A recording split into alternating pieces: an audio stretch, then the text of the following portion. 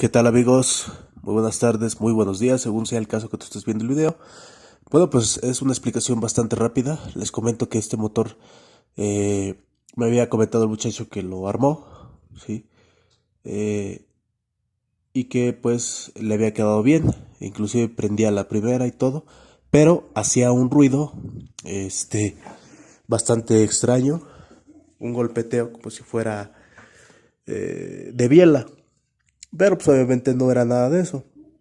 Entonces se destapó y de este lado, acuérdense que estos motores son varilleros, llevan los balancines aquí abajo. Entonces, aquí en el monoblock lleva lo que es el árbol de levas, ¿sí? Que es este.